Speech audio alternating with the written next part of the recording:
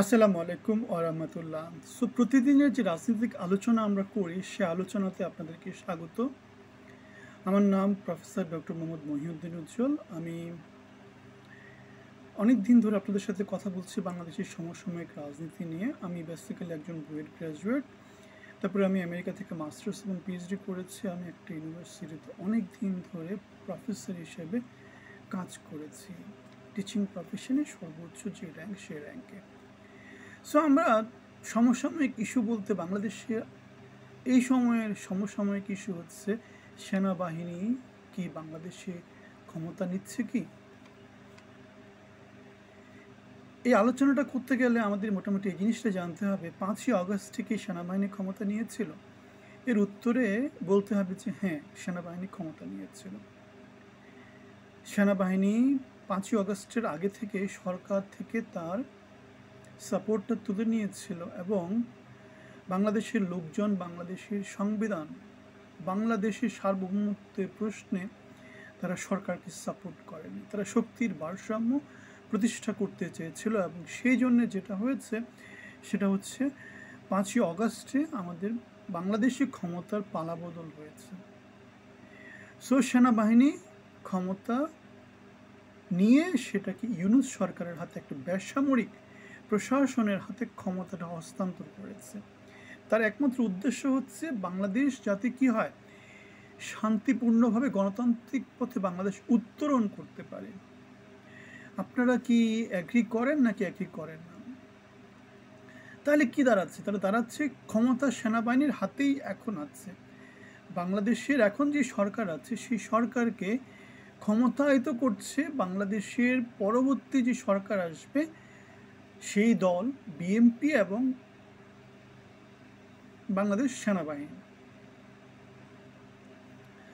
দেশে অস্থিতিশীল পরিস্থিতি তৈরি করার চেষ্টা করছে কারা? এখন ক্ষমতায় যারা আছে, যারা মাইনরিটি, যাদের খুব বেশি সমর্থন নাই, তারা যেহেতু, আমি আগে একবার কথা বলেছিলাম, সরকারের দুইটা জিনিস থাকে, মানে যে কোনো দিকে দুইটা জিনিস থাকে, একটা হচ্ছে সরকারি দল আর একটা কি বিরোধী দল। এখন যেহেতু আমাদের national committee party, national citizen party যারা আছে, তারা যেহেতু সরকারি দলে আছে, তারা যেহেতু সরকারের সমস্ত সুযোগ সুবিধা ভোগ করছে, সুতরাং তারা নির্বাচনের কথা বলবে না। তারা নানা রকমভাবে হাঙ্কি পাঙ্কি করে কি করবে, নির্বাচন বানচাল করার চেষ্টা করবে। আর সেনাবাহিনী এবং বিএনপি, তাদের যেহেতু ক্ষমতার তেমন করে লোভ এখন পর্যন্ত আসেনি, তারা যেহেতু স্বাভাবিকভাবে ক্ষমতার হাত বদল হলে, জনগণের কাছ থেকে ভোট নিয়ে নির্বাচন হলে যেহেতু বিএনপি ক্ষমতায়িত হবে, সুতরাং বিএনপি দেশকে অস্থিতিশীল করতে চাচ্ছে না। অন্যদিকে আমাদের ন্যাশনাল সিটিজেন পার্টি, তারা তো তাইরে নাইরে করে যত দিন ঘোরাতে পারে তত তাদের মঙ্গল, অথবা এখন যারা ক্ষমতা আছে তাদের জন্য মঙ্গল। সেই চেষ্টাই দেখতে পাই আমরা গত 8 মাসে। তারা কি করছে, পরিবারতান্ত্রিক শাসন ব্যবস্থা তৈরি করেছে, দেশকে নানা রকমভাবে লুটে পুটে খাচ্ছে, এনজিও কেন্দ্রিক একটা পরিবারতন্ত্র তৈরি করেছে, মামলা, ট্যাক্স, তারপরে ট্যাক্স হলিডে, সব কিছু তারা নিচ্ছে। পরিবার থেকে, আত্মীয় স্বজন থেকে, ভাই ব্রাদার থেকে নিয়ে তারা একটা নতুন একটা কার্টেল তৈরি করেছে। সুতরাং বাংলাদেশের সেনা শাসন, মানে তাহলে সেনাবাহিনীর যে পাওয়ার সেটাকে ইউজ করে কি করছে, অল্প কিছু হাতে গোনা লোকজন কি করছে, রাষ্ট্রটাকে লুটে পুটে খাচ্ছে। আপনারা কি অ্যাগ্রি করেন নাকি অ্যাগ্রি করেন না? সো অ্যাগ্রি করলে তাহলে আমি পরবর্তী আলোচনায় আসি। সো সেনাবাহিনী তাহলে কী চাচ্ছে? সেনাবাহিনী, সেনাপ্রধান 5ই আগস্টেই বলেছিল খুব দ্রুত ট্রানজিশনটা চাচ্ছে তারা, বাংলাদেশকে স্থিতিশীল অবস্থায় চাচ্ছে তারা, উপদেষ্টা পরিষদ তৈরি করতে চাচ্ছে তারা, মানে তারা তাদের দিক থেকে প্রফেশনাল, তারা ক্ষমতায় অংশী হতে চায় না তারা। সেজন্য আমি বলেছি জেনারেল ওয়াকার হচ্ছে ন্যাশনাল হিরো টাইপের, তাকে স্যালুট দিতে হবে। সেখানে আমাদের অল্প কিছু ইউটিউবার, ফেসবুকার, ইনফ্লুয়েন্সার অথবা আমাদের এনসিপির যারা যারা আছে তাকে ভিলেন বানানোর চেষ্টা করছে। অথচ সেনাপ্রধান, মানে সেনাবাহিনীতে যদি চেইন অফ কমান্ড মারাত্মক, সেনাপ্রধান যাই চাইবে সেনাবাহিনীর সিপাহী অথবা সেনাবাহিনীর যে অফিসার আছে, জেনারেল আছে, তারা সবাই সেটা মেনে নেবে। আর সেনাপ্রধান হচ্ছে গণতান্ত্রিক, আমরা দেখেছি সে সবসময় কী করছে, সবার সাথে দরবার করছে, ওপেন থাকার চেষ্টা করছে। He is really one of the exceptional generals in Bangladesh history.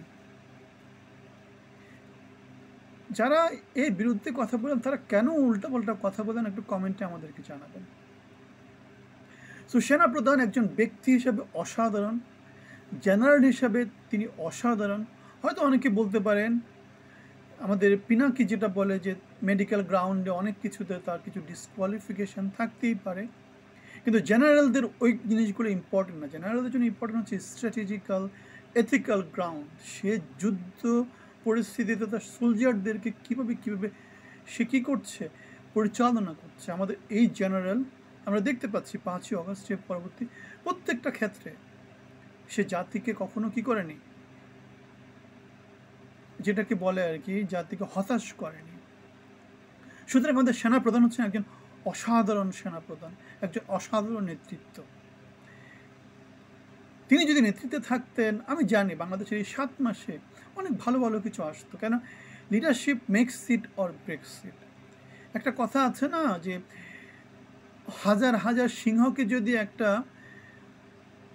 বেড়া যদি নেতৃত্ব দেয় তাহলে কী হবে, এটা পরাজিত হবে। আর হাজার হাজার বেড়াকে যদি একটা সিংহ নেতৃত্ব দেয়, ওই বেড়াদেরই জয় হবে। আমাদের বাংলাদেশে এখন চলছে নেতৃত্ব গুণের সবচেয়ে অধপতন অবস্থা। এটাকে বলা হয় লেসাজাস ফেয়ার। মানে হচ্ছে যেখানে কোনো লিডারশিপ নাই, যেখানে সবাই নেতা, যেখানে আন্ডা বদা যা যা কিছু আছে, লেদা শ্রেণী যা যা কিছু আছে, আমাদের শিশু দল সবাই নেতা। সো দেশে কী হচ্ছে সেটা আমরা তাহলে গত 7 মাসে দেখেছি। নিজেরা লুটে পুটে খাচ্ছে, সংস্কারের মূল্য তুলে কী করছে, জাতিকে বিভ্রান্ত করছে, নানা রকমের ইস্যু তুলে দেশকে ফোকাস দিচ্ছে না। একবার ইন্ডিয়াকে ভেঙে দিচ্ছে, একবার ইন্ডিয়ার সাহায্য চাচ্ছে, একবার মোদির সাথে মিটিংয়ে বসার চেষ্টা করছে। সুতরাং অযোগ্য নেতৃত্ব হলে যেটা হয়, মিউজিক্যাল চেয়ারের মতো, সকালে একরকমের হয়, বিকালের একরকম, মনে হয় যেন মুড সুইং হচ্ছে তাদের। সুতরাং দেশে কী হচ্ছে সেটা আমরা দেখেছি। সামনে কি হবে, যেহেতু সেনাপ্রধানের সাথে হাসনাত এবং সার্জিসের মিটিংস নিয়ে সেনাবাহিনী যেহেতু একটা হার্ড অবস্থানে গিয়েছে, আর সেনাবাহিনী 25শে ফেব্রুয়ারিতে একটা হার্ড অবস্থানের কথা বলেছিল, সংবিধান পরিবর্তন নিয়ে সেনাবাহিনী একটা হার্ড অবস্থানে ছিল, রাষ্ট্রপতিকে নিয়ে সেনাবাহিনী একটা হার্ড অবস্থানে ছিল, এবং এগুলো সব হচ্ছে বাংলাদেশকে স্থিতিশীলতা দেয়া, বাংলাদেশের সংবিধানকে রক্ষা করা, বাংলাদেশকে রক্ষা করার ইস্যুতে। সুতরাং আমরা দেখতে পাচ্ছি বাংলাদেশের অন্য অস্থিতিশীল করার আর কোনো কিছুকে বাংলাদেশ সেনাবাহিনী, বাংলাদেশের জনগণ কোনোভাবেই অ্যালাউ করবে না। সেটা আমরা দেখতে পাচ্ছি বৈষম্য বিরোধীদের পেছনে জনসমর্থন মিলিয়ে যাওয়ার দিক থেকে। জনসমর্থন এখন কেউ আর যায় না তাদের কাছে, তাদের পিছনে কেউ আর দাঁড়ায় না। সেনাবাহিনী অলরেডি আমি শুনেছি যে 3 জনকে কী করেছে, হাতে পায়ে ধরে মাপ চেয়ে এসেছে। আর এদিকে কী হচ্ছে আমাদের আজকে, এটা দেখে সামনের দেশে স্থিতিশীল পরিস্থিতি আসবে, নির্বাচনের পথে বাংলাদেশ হাঁটবে। যদি উল্টাপাল্টা কিছু হয়, নতুন একটা প্রশাসন তৈরি করা হবে। ডক্টর ইউনূস হয়তো বা সরকার প্রধান হিসেবে থাকবে, কিন্তু উপদেষ্টা পরিষদে প্রচুর পরিবর্তন আসবে, ডাইনামিক লিডারশিপ আসবে এবং স্ট্রং লিডারশিপ আসবে। স্ট্রং লিডারশিপ ছাড়া দেশে উন্নতি হবে না। হাসিনার সময় দেশে উন্নতি হয়েছিল কি জন্যে? স্ট্রং লিডারশিপ ছিল। প্রেসিডেন্ট জিয়াউর রহমানের সময় দেশে উন্নতি হয়েছিল, স্ট্রং লিডারশিপ ছিল। সুতরাং আমরা দেখতে পাচ্ছি স্ট্রং লিডারশিপ ছাড়া বাংলাদেশের মতো এরকম তৃতীয় বিশ্বের দেশে, যেখানে সম্পদ কম, চুরিদারি পড়তে লোকজন মানে দ্বিধা করে না, নৈতিকতা শিক্ষা নাই, সেখানে স্ট্রং লিডারশিপটা দরকার। হাসিনা যেভাবে দেশটাকে চালিয়েছে। সো বাংলাদেশে যে বর্তমানে যে পরিস্থিতিটা এখন আসলো, সেটা কীভাবে এসেছে সেটা আমরা সবাই জানি। আর্মি ক্ষমতা নিয়েছে, ইউনূসকে সরকার প্রদান করেছে, সেখানে গণতান্ত্রিক প্রক্রিয়া ফলো করা হয়নি, সেখানে সমন্বয়কদের সবার মতামত নেওয়া হয়নি। ইউনূস এসে বলল কি, আমার কথা শুনতে হবে, এবং তারপর থেকে শুরু হলো তার নতুন স্বৈরতান্ত্রিক চিন্তা চেতনা। সে কী করলো, তার গ্রামীণ ব্যাংক থেকে, তার এনজিওগুলো থেকে একের পর এক উপদেষ্টা নিয়ে এসে সে কী করলো, সাংবাদিক কেন্দ্রিক, এনজিও কেন্দ্রিক তারপরে ভাই ব্রাদার কেন্দ্রিক চিটাগাং কেন্দ্রিক একটা শাসন ব্যবস্থা তৈরি করলো, যেখানে ডাইপার বাহিনী আর বুড়ো ছুড়ো দিয়ে চলতে থাকলো, যারা নিজের টেক কেয়ার নিজেরা করতে পারে না। সুতরাং একটা জঙ্গলি দেশ, জঙ্গলি শাসন ব্যবস্থা বাংলাদেশে এখন চালু আছে। কিন্তু লিডারশিপ মানে হচ্ছে কি, you have to be dynamic, you have to be very active, you have to be proactive. আগে থেকে চিন্তা করতে হবে কি না হবে, কি হবে।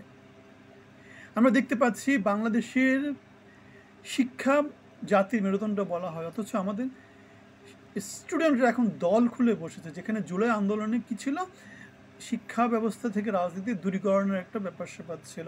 আমরা দেখতে পাচ্ছি এখন তারা নির্বাচন করবে এবং ইউনূস তাদেরকে সেখানে পরিচিত করেছে।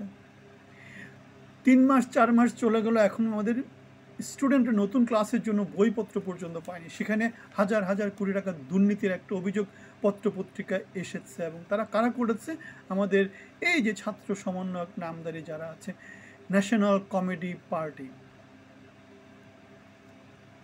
সুতরাং একটা জিনিস দেখা যাচ্ছে যে বিএনপিকে ঠেকানোর জন্য অথবা ক্ষমতার পালাবদল, জনগণকে ক্ষমতায়িত করা, সেই চেষ্টাতে তারা কি করছে, একের পর এক ইস্যু করে দেশটাকে অস্থিতিশীল করছে।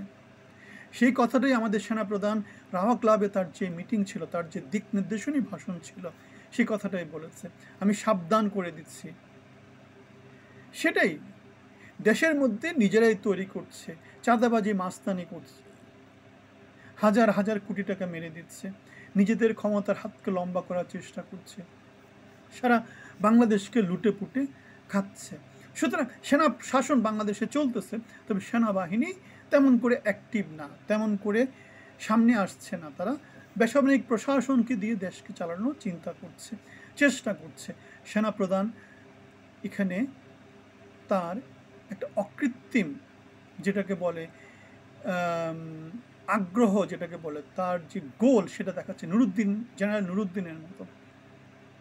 বাংলাদেশের অন্য দেশের সেনাপ্রধান হলে কি করতো, ক্ষমতা নিয়ে নিত, কেন ক্ষমতার মধুমেহ আছে, মানে ইউনূস যেমন পেয়ে লুটেপুটে খাচ্ছে, সে লাইসেন্স নিল কি বিশ্ববিদ্যালয়, গ্রামীণ বিশ্ববিদ্যালয়। সুতরাং আমরা আশা করছি আমাদের 3 জন সমন্বয়, মানে যারা উল্টাপাল্টা করেছে, তাদের নাকি সেনানিবাসে গিয়ে হাতে পায়ে ধরে মাপ চেয়ে এসেছে। মোটামুটি সেনাবাহিনীতে একটা মিটিং হয়েছে অনেক দিন ধরে, তারা মোটামুটি মানে সবার কনসেনসাস নিয়ে, গণভোট নিয়ে, সবার মতামত নিয়ে সেনাবাহিনী মোটামুটি এখন রেডি আছে। গত অনেক দিন ধরে তাদের মিটিং হচ্ছে, যেমন 3-4 আগস্ট যেরকম একটা মিটিং হয়েছিল গণদরবারের মতো, সবার কাছ থেকে মতামত নিয়েছে, সেনাপ্রধান তার মতামত দিয়েছে। সেনাবাহিনীর প্রধান হচ্ছে real genius, respect, I salute you general. So general সব মতামত নিয়ে রাখছে সবার কাছ থেকে। এখন যদি দেশে উল্টাপাল্টা কিছু হয়, খুব স্বাভাবিকভাবেই সেনাপ্রধান হস্তক্ষেপ করবে, কারণ বাংলাদেশকে রক্ষা করার মতো আত্ম কেউ নাই। ডিফেন্স লাইন বলতে বাংলাদেশের আত্ম কেউ নাই। সেনাবাহিনী যদি কোনোভাবে বিশৃঙ্খল হয়ে যায়, বাংলাদেশ দেশটা কোথায় গিয়ে দাঁড়াবে? মন্তব্যতে জানাবেন আপনারা যদি জানেন যে বাংলাদেশ দেশটা কোথায় যাবে। যেভাবে মবের রাজত্ব কায়েম করছে, যেভাবে বুলডোজার দিয়ে একের পর এক জিনিসপত্র ভেঙে দিচ্ছে, আমাদের ব্যারিস্টারকে একজন আছে না, সেনানিবাসকে গুরু গুরু করে দেবে, এটা কি সম্ভব? এটা কি মানে বলা উচিত? এটা কেন? কার কতটা শক্তি? ক্ষমতায়িত করছে বাংলাদেশের জনগণ, বাংলাদেশের মালিক হচ্ছে রাষ্ট্রপতি, তারা বাহিনীকে ক্ষমতায়িত করেছে সাংবিধানিকভাবে। এখন কেউ সংবিধান বাতিল করছে, কেউ দেশের নাম চেঞ্জ করে ফেলছে, কেউ মুক্তিযুদ্ধকে অস্বীকার করছে। এভাবে তো চলতে পারে না, এভাবে চলা উচিত না, এভাবে সভ্য সমাজ চলে না। তো সারা পৃথিবীর লোকজন সেটা দেখেছে। আবার আমাদের চারদিকে ভারত আছে, সুতরাং বাংলাদেশ অস্থিতিশীল হলে ভারত অস্থিতিশীল হবে, আলটিমেটলি ভারতও কী হবে, অ্যাক্টিভেট হবে। সো বাংলাদেশ এটা আমার দেশ, এটা আমার এলাকা, এভাবে বলা যাবে না। আপনি আপনার বাসায় গান চালান, আশেপাশের লোকজন সেটা নিয়ে অভিযোগ করতে পারে, অভিযোগ করে। সো নিজেকে এরকম কিছু মনে করার কোনো কারণ নাই। বাংলাদেশ হচ্ছে পৃথিবীর একটা অংশ, সুতরাং পৃথিবীর মধ্যে পৃথিবীর কিছু রুলস অ্যান্ড রেগুলেশনস আছে, হিউম্যান রাইটসের কিছু রুলস আছে, বিশ্ব সংস্থা যেটা আছে জাতিসংঘ, সেটার কিছু রুলস অ্যান্ড রেগুলেশনস আছে। সো এগুলা, অথবা মানুষ হিসেবে মানুষের প্রতি একটা নৈতিক দায়িত্ব আছে। আমাদের যে ইসলামী শাসন ব্যবস্থা আছে সেটার মধ্যেও কিছু রুলস অ্যান্ড রেগুলেশনস আছে, আপনি সেগুলো ফলো না করলে আপনি তো জানোয়ার। সো বাংলাদেশে এখন জানোয়ারের শাসনতন্ত্র চলতেছে। আমরা চাই বাংলাদেশ সভ্য হোক, বাংলাদেশ জনগণের ভোটে নির্বাচিত সরকারের হাতে ক্ষমতায়িত হোক এবং খুব মানে সহসা জনগণের ভোটে নির্বাচিত সরকার দ্বারা বাংলাদেশ পরিচালিত হোক। আমাদের সেটাই আশা থাকবে। আপনার মন্তব্য কমেন্টে জানাবেন। ভালো থাকবেন, ধন্যবাদ।